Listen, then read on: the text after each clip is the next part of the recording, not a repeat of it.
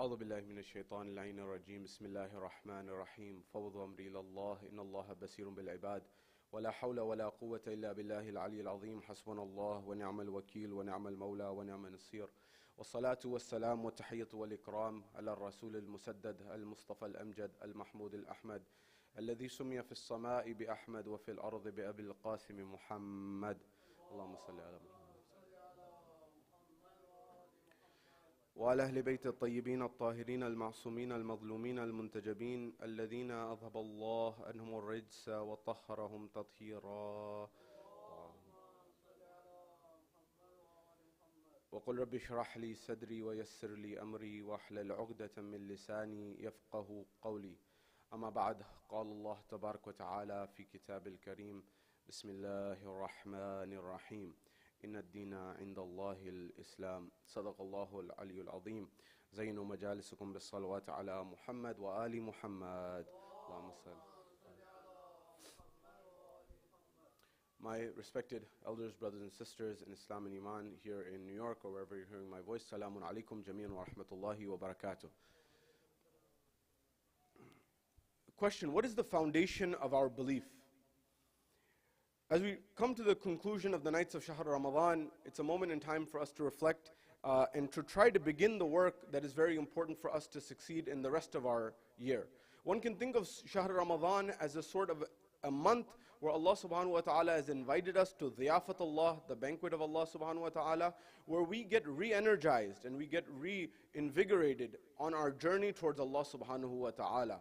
The same way that when we go on a journey and we stop at a rest area, the same way that when we go on a journey and we stop to refuel, to get petrol or to get gas, the same way that we stop on a long journey, we need somewhere to recuperate and get our energy. The same way Allah subhanahu wa ta'ala has given us Shahr Ramadan to re-energize ourselves, to get the energy again, to be able to go and struggle in His way. And on this basis, I want us to reflect on what is the foundation of our belief system and our aqidah and our aqaid and what we believe and what is important about this. And I'm mentioning this for the audience here as well as those online and for those who may watch this afterwards. And so I want to look at tonight very briefly and very succinctly, as there's quite a bit going on tonight. I won't take too much of your time, but I want to make some messages clear and give the message so that it can help down the road.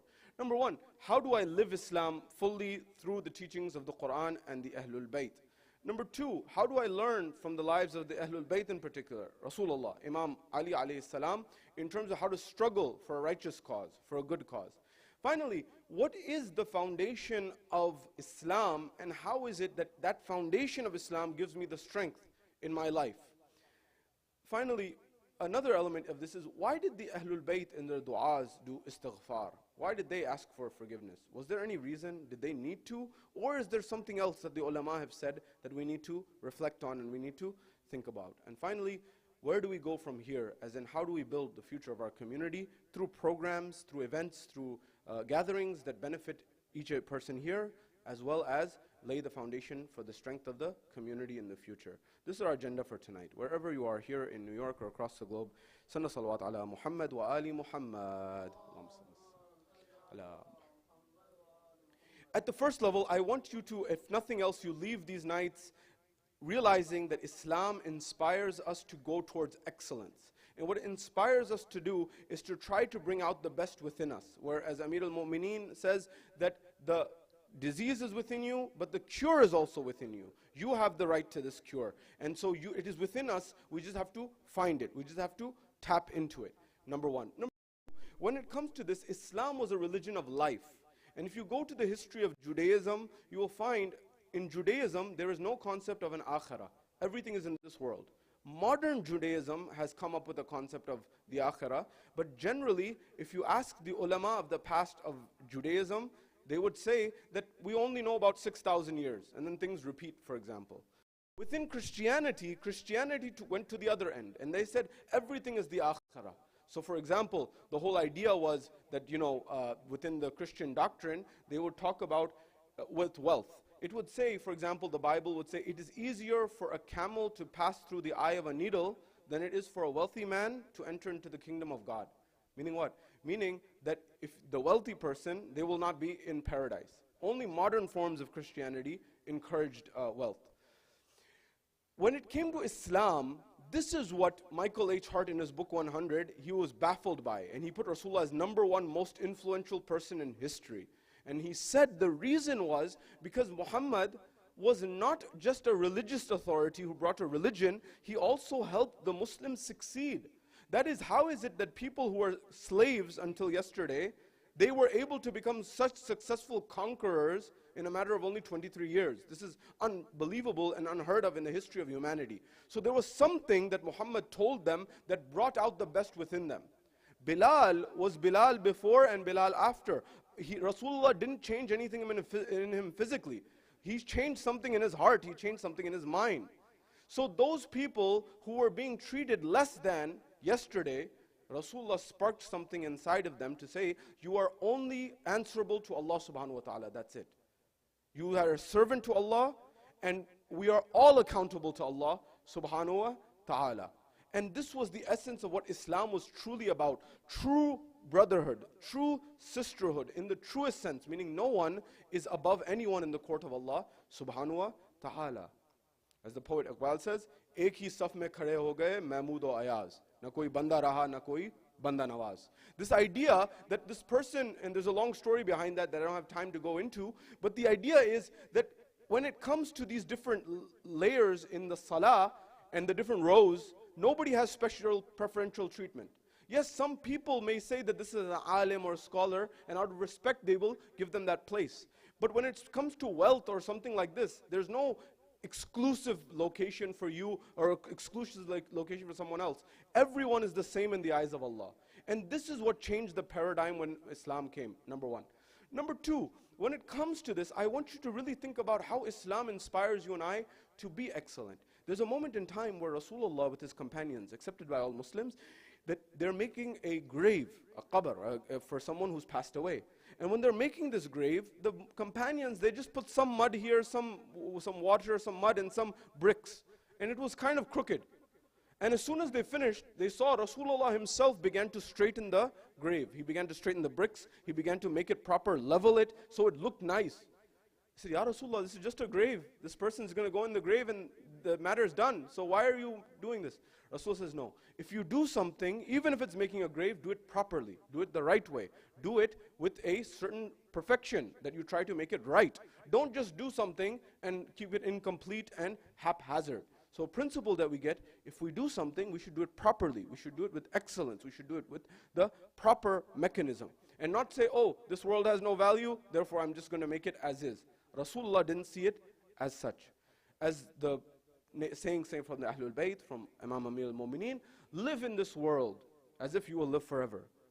And prepare for the akhirah as if you will die tomorrow. Meaning we need to balance both, this dunya and the akhirah. One may say, why did Imam Ali alayhi salam, why did Rasulullah, why did Ahlul Bayt struggle so much in the way of Allah subhanahu wa ta'ala? It was to invite you and I to think and reflect about this dunya and this world and how we can make it a better place. I'll give you an example. We recite every night in these du'as, these beautiful du'as, du'a iftitah, and the du'as that are with it. Allahumma shbih kulla jain, Allahumma aghni kulla faqir, Allahumma, and we continue. Ya Allah, feed all the hungry people. Ya Allah, quench the thirst of all the thirsty people. Ya Allah, clothe all those people. Question, is Allah going to descend himself and do this? It is our job as people who have been created by Allah subhanahu wa ta'ala, as mu'mineen, as followers of Ahlul Bayt, for us to try to do whatever is in our ability to reduce the amount of suffering in the world, within our capacity. Again, like the bird with Ibrahim, we're not going to be asked, did we solve all of the poverty in the world? Did we cure all of the cancers in the world? But Allah will ask us, what did we do in our ability, in our capability, to help people in our neighborhood, in our environment, in our society? So how can we do that? One way that you can do that is to start to encourage just education within the community about small things. You may think it's a big deal, small deal, you don't know. For example, somebody is going and retiring in America at the age of, let's say, 65, 66, 67. Maybe somebody knows how to navigate the insurance domain, how to navigate Medicare, how to navigate these things. And you can share that little knowledge with the community, so you have a workshop, then the other person doesn't have to go through difficulty to get these benefits, for example. As one example. Another example is just business and entrepreneurship. I was just speaking with one of my dear brothers here. There are government loans, there are government grants that can help you in entrepreneurship and business, especially if you're a minority. If you know about that, it would make sense to have this in the community, to share this with our brothers. As per Rasulullah's teaching, that is, that if you wake up in the morning and you do not care about the umur of the Muslimin, فَلَيْسَ بِمُسْلِم, then you are not from amongst the Muslims. Meaning what? You need to feel the pain of the body the same way if my toe is hurting, my whole body is in pain. The same way if one person is suffering, we need to feel that pain here as well as abroad or wherever there are believers and righteous people for that matter. When you read the Constitution of Medina, it's interesting. When the Constitution of Medina of Rasulullah is there, you will find that the Jews of Medina were actually considered part of the Ummah as per the definition of Rasulullah. Why did Rasulullah do this? What was this? Because Islam was not just looking for the rights of just Muslims. Islam was also looking after the rights of non-Muslims. The example is clear. Imam Ali alayhi salam, he is there, and when Imam Ali alayhi salam is there, in his khilafah, a man who has gone blind, who's a Christian man, is begging in the domain of Imam Ali alayhi salam, under the empire of Imam Ali alayhi salam. They said, what? Imam Ali says, what's going on here? He said, yeah, Amir al-Mu'mineen, this is a man, he's begging. He said, yeah. Why is he begging? He said that this is a Christian man. He's not able to work anymore, he's blind, so he's just begging, he has nothing else to do. Imam Ali alayhi salam said, how unjust. We used him when he was able to work, and now he's not able to work, and we leave him to beg in the streets? He said, I will not move from here until we give a pension to this man, some money from Baytul Mal. The first instance of pension that we know, of retiring, of making sure that people have their rights taken care of. That they argue that the state of Medina and the Constitution of Medina was the first to invite to a welfare state. That is, to look after the needs of the most downtrodden of society. Now what I'm telling you here is, these are things that Islam encouraged. I'll give you another example. Right now while we're talking, there is the American, in the history of science and medicine, there is something called, at Stanford University in California, the Muslim Mental Health Lab. I mentioned this at the Julus. If some of you are there, you would remember that the rates of suicide in young Muslims in America is the highest amongst Jewish, Christians, and other groups. Because it's a lot of pressure to be a young Muslim today. And so on top of that, when we don't discuss this, another thing is a workshop in our communities to discuss what is it like wearing hijab in America, for example, today. I've had to talk to those sisters when I was in the deep south of America, in our America, in the Carolinas and Virginia and these places. Sisters, after Muslims were killed, for example, the young couple was a dentist in North Carolina and the likes, and their sister-in-law, sisters afterwards said, we really are afraid to wear hijab in public in this area, because that area, it's not like New York City where you have many Muslims everywhere and it's very accessible. The mayor here was saying that 1 million of the city's population are approximately Muslims. It's a huge number. Whereas if you go to other parts of America, it's much, much smaller. And so people feel afraid because of the ignorance that is there. Have we tried to understand what is going on? I'll come to that. But why did I share this with you? In the history of mental health, they are now finding that the first mental health hospitals were actually created in the Muslim world, well before it was documented in Europe, to the point that they used to give stipends in Baghdad. They used to not only give people stipends, they used to give them medical treatment, they used to have therapists, they used to have nurses, and on release they would even give them funding. And so they were well ahead on mental health rights in America well before. In America, we're going through a mental health crisis. It's a huge challenge that's going on. People who look like they're okay, and COVID has made it even much more difficult. So we have a responsibility not only for our own community, but even for those who are suffering outside, because they are the creation of Allah subhanahu wa ta'ala. As Imam Ali alayhi salam says, that people are of two kinds, your brother in faith or your equal in humanity. If we don't lead this cause, then who will? So all of these things, there's no shortage of things that need to be done. And there's many things that need to be done. And this group in front of me and those who are watching online need to understand how we can work together to benefit people. But here's what I want to share with you when it comes to this. What is the pressure of being a young Muslim in America, and how important is it for us to reflect on that? This is a study conducted by Professor Dr. Julie Hogan at the University of Nevada, Las Vegas. And she said she was a sociologist. She is a sociologist. Sociologists are those who study the society. Dr. Ali Shariati was a sociologist. His PhD was in sociology at the Sorbonne, the University of Paris. So he looked at the society, and Dr. Julie Hogan is now saying this. She said, I wanted to see how are Muslim women treated in American society. So she's not a Muslim. So she said, I went to a mall in Vegas. Alhamdulillah, Las Vegas also has a Imam Barga. I've been invited there. I haven't gone yet. I'll let you know when I feel like I can go, inshallah, and I'll let you know how it's going there. But there was a mall there, and she says, I went there with full hijab and my niqab, and she had a friend who was wearing hijab as well. And now she is not a Muslim. She just wants to see if people think she's a Muslim, how will they treat her in general American society. So she said they went to a restaurant in the mall. So she's wearing her full hijab. People don't know who's behind the veil. So she said, first of all, it was very difficult for them to get a seat in the restaurant, number one. Other people are getting seat. They finally got one seat for the two of them. When they got a seat, she said she noticed, Dr. Julie Hogan herself, not anyone else. She said, I noticed nobody wanted to sit near us, number one.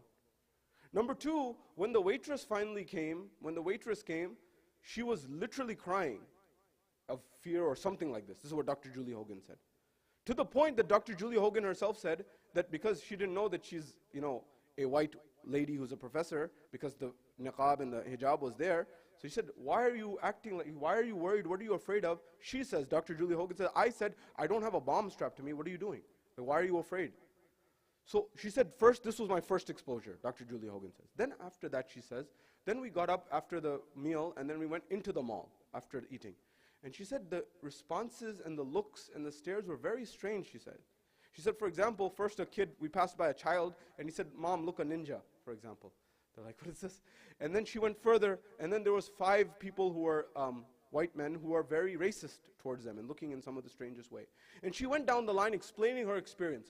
Then, Dr. Hogan says, she changes from her hijab and niqab, she switches over to wearing her graduation attire. You know, they wear at graduation, the long robes and the hat and all of these things. She says, when I wear this in American society, I'm treated very differently.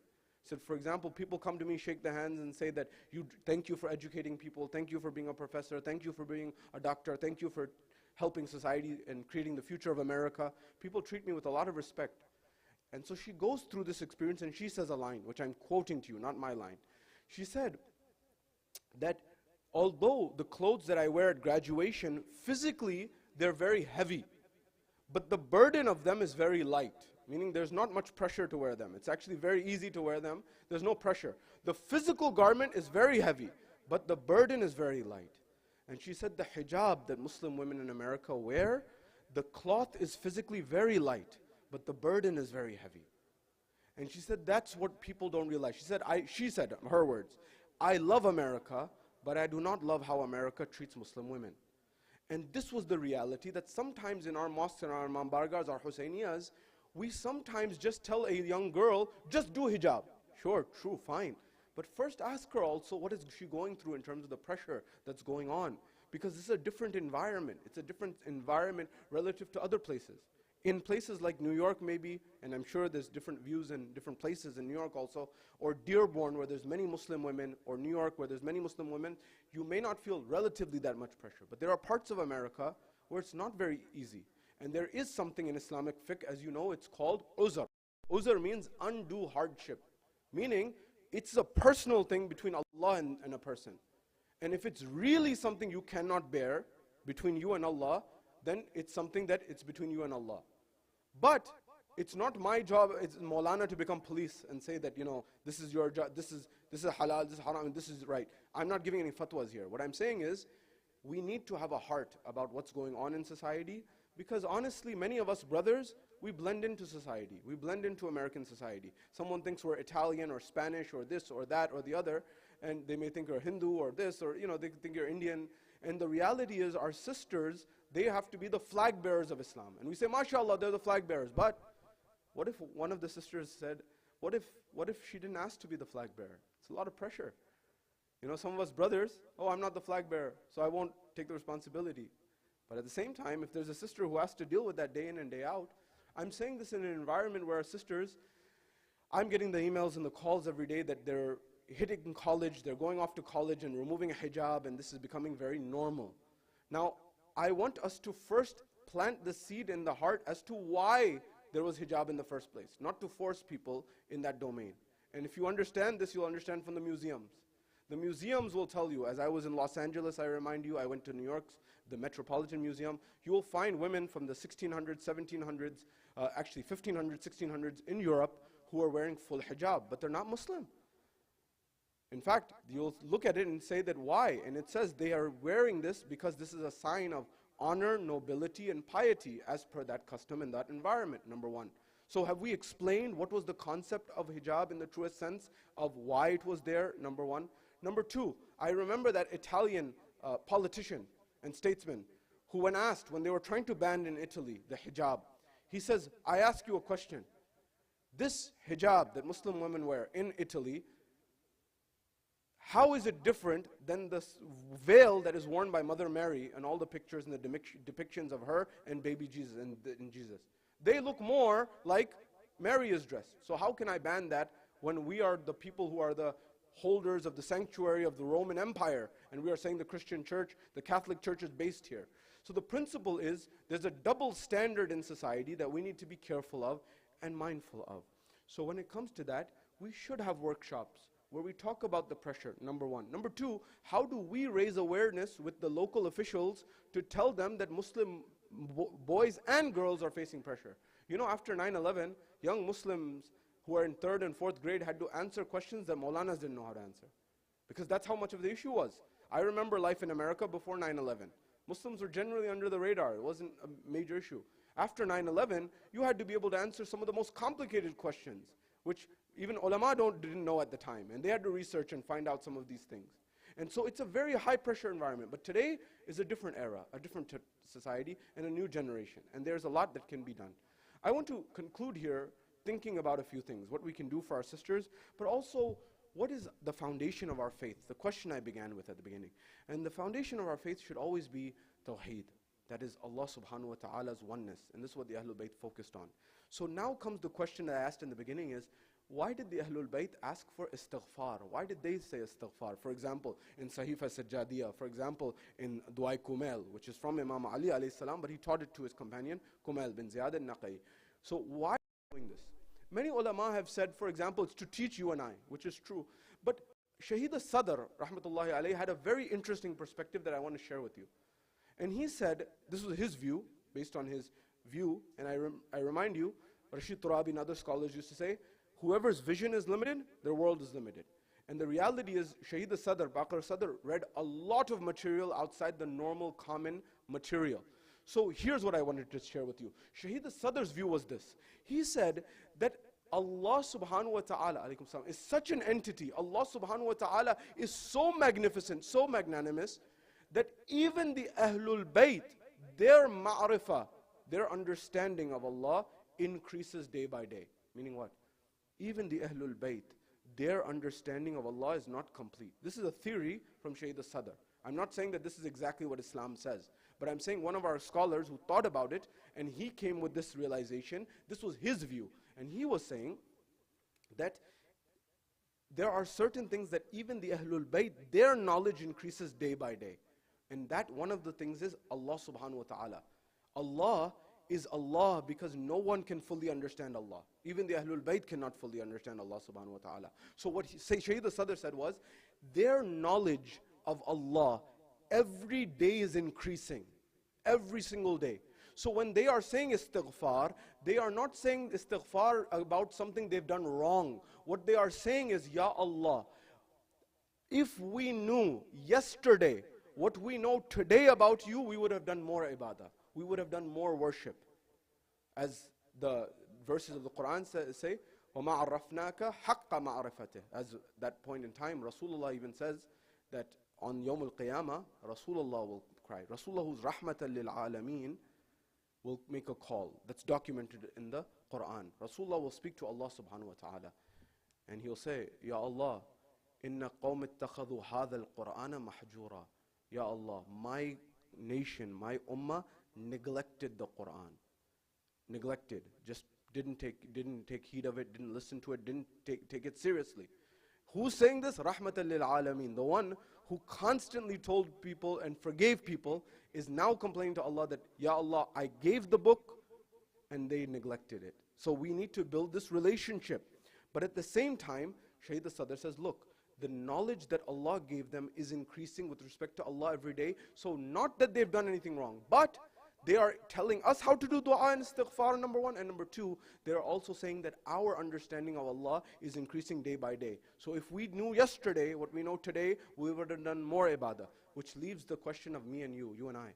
If Ahlul Bayt's ma'rif of Allah is increasing every day, then how much work do we have to do? How much effort do we have to put in to try to develop a relationship with Allah subhanahu wa ta'ala, so we can truly say we are Muslims and truly say we are mu'mineen? Because remember, perhaps the greatest honor is that the Allah of Ali ibn Abi Talib and your Allah and my Allah is the same Allah. But what was Allah and who is Allah in the eyes of Amir al-Mu'mineen? That he says that I sat at the gate of my heart and I did not let anyone in except Allah. Or as Imam Amir al-Mu'mineen's son, Abu Abdullah says, that, Ya Allah, what has he gained who has lost you? And what has he lost who has gained you in Dua Arafah? If you want a triple PhD in Islam, study Dua Arafah of Imam Hussein alayhi salam on the plains of Karbala. The depth of it will tell you what Islam is truly about. And we hope that we can take this and build for the futures and solve the problems for the next generations, inshallah. Wa sallallahu ala rasulil kareem wa ala ahli bayt at-tayyibin at-tahirin. Sallu ala Muhammad wa ali Muhammad.